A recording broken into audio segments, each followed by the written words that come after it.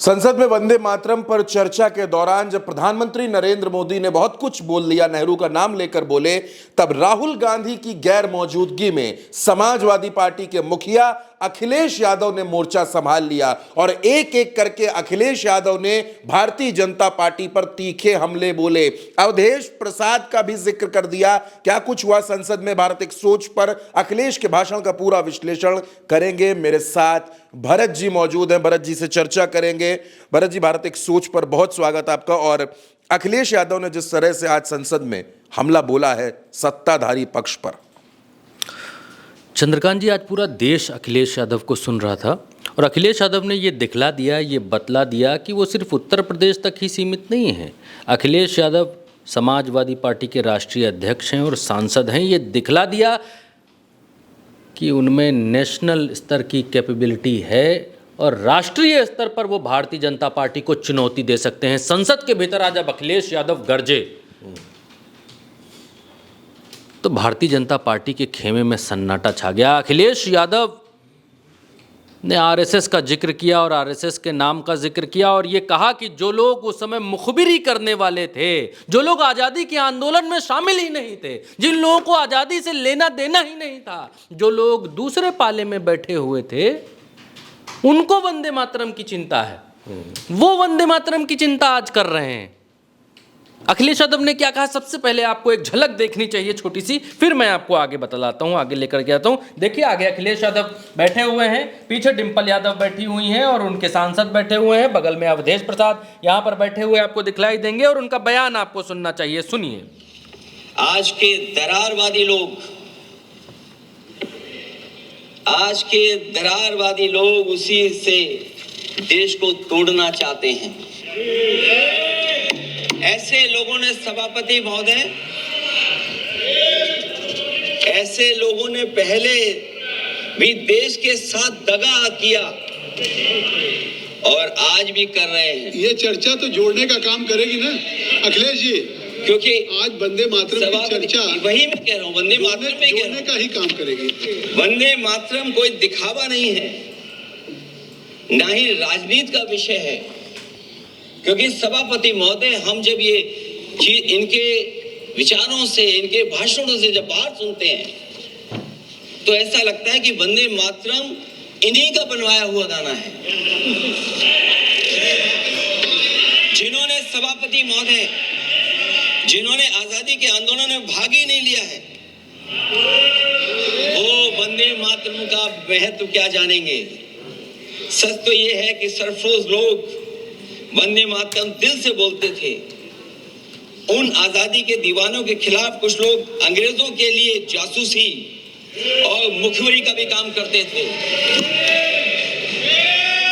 दरअसल ये राष्ट्रवादी नहीं बल्कि राष्ट्र विवादी लोग हैं। जहां विवाद करना हो, कभी अंग्रेज विवाद कर करके, डिवाइड कर करके, डिवीजन कर करके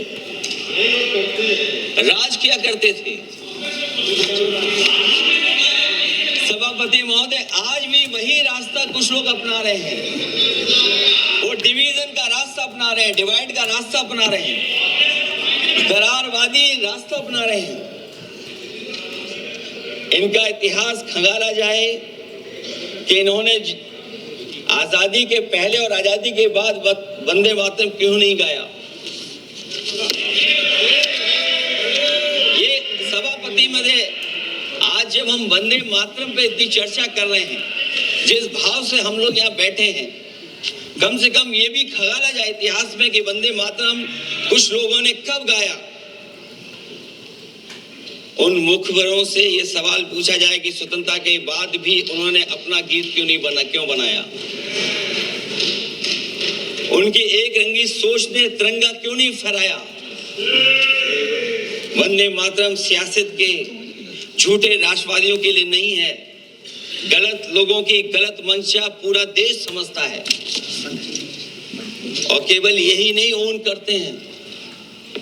कभी कभी भारत माता का जो चित्र है, जो पेंटिंग कभी बंगाल के महान लोगों ने बनाई थी,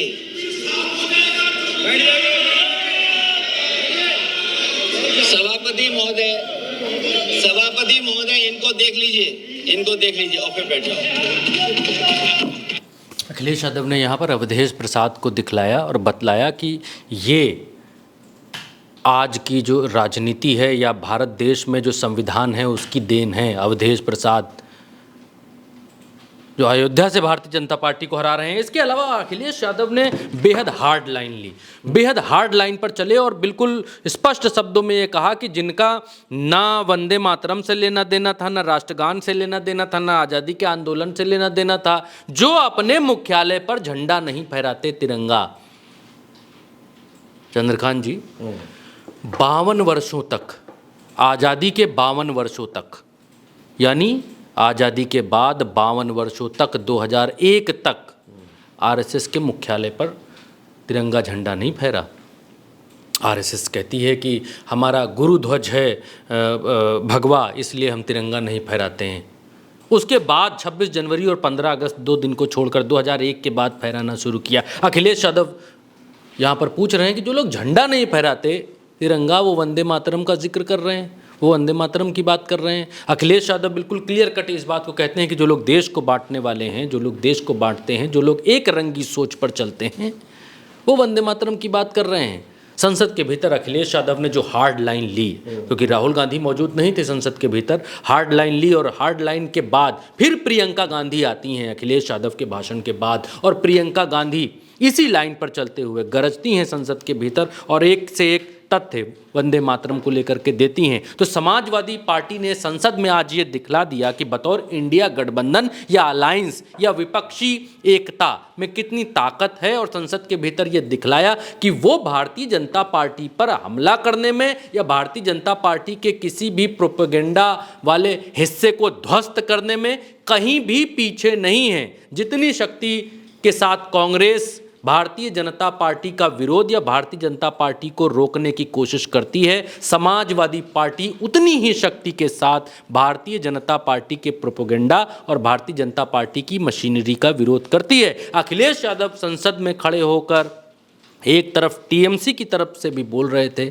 और एक तरफ से कांग्रेस की तरफ से भी बोल रहे थे, और उन्होंने इस बात को भी डिकोड किया कि पश्चिम बंगाल में चुनाव है और इसीलिए ये लोग बांटना चाहते हैं, ये लोग बंटवारे वाले लोग हैं, ये बांटना चाहते हैं और बांट कर राज करना चाहते हैं। बंगाल में चुनाव है, बंगाल में चुनाव से पहले भारतीय जनता पार्टी को हिंदू मुसलमान का जो बंटवारा है उसको करना बहुत आवश्यक है। बिना उसके भारतीय जनता पार्टी बंगाल में चुनाव नहीं जीत सकती, बंगाल में के चुनाव में सर्वाइव भी नहीं कर सकती है, और जब तक ये होगा नहीं बंगाल के भीतर तब तक भारतीय जनता पार्टी की दाल गलने वाली नहीं है। अखिलेश यादव ने इस बात को डिकोड करके संसद के भीतर बतलाया कि ये लोग बंटवारा करने वाले लोग हैं, जिनका लेना देना आज़ादी से नहीं, वंदे मातरम से नहीं, राष्ट्रगान से नहीं, वो वंदे मातरम की चिंता कर रहे हैं और वंदे मातरम के जरिए इस बात को बताने की कोशिश कर रहे हैं कि मुस्लिम लीग की वजह से वंदे मातरम के पैराग्राफ से वंदे मातरम के जो स्टैंजा हैं वो काट दिए गए, वो हटा दिए गए। भारतीय जनता पार्टी ये सिद्ध और साबित करना चाहती है, लेकिन अखिलेश यादव और प्रियंका गांधी और गौरव गोगोई के जवाबों ने